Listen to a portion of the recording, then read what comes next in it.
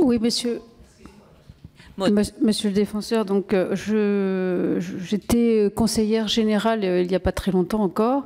et il y avait des conventions qui étaient en cours, entre autres avec le département de l'Essonne, entre le défenseur des droits et l'Essonne. Donc peut-être vous en avez parlé, mais je suis arrivée un petit peu en retard. Et dans le projet qui était en cours à l'époque, je m'étais interrogée sur le rôle que vous pourriez jouer vis-à-vis de l'ASE, donc de l'aide sociale à l'enfance, puisqu'en fait, on s'aperçoit que nos professionnels de l'aide sociale à l'enfance n'étaient pas du tout formés à l'identification de l'enfance en danger de prostitution. Par ailleurs, je suis rapporteur de la loi sur la lutte contre le système prostitutionnel,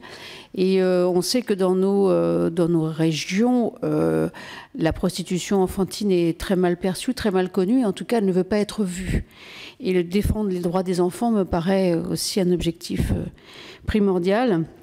Et donc, je me demandais dans ces conventions, parce que je pense que vous continuez à les mettre en place dans d'autres départements, dans ces conventions, est-ce qu'il serait possible, évidemment, d'avoir ce volet formation des professionnels de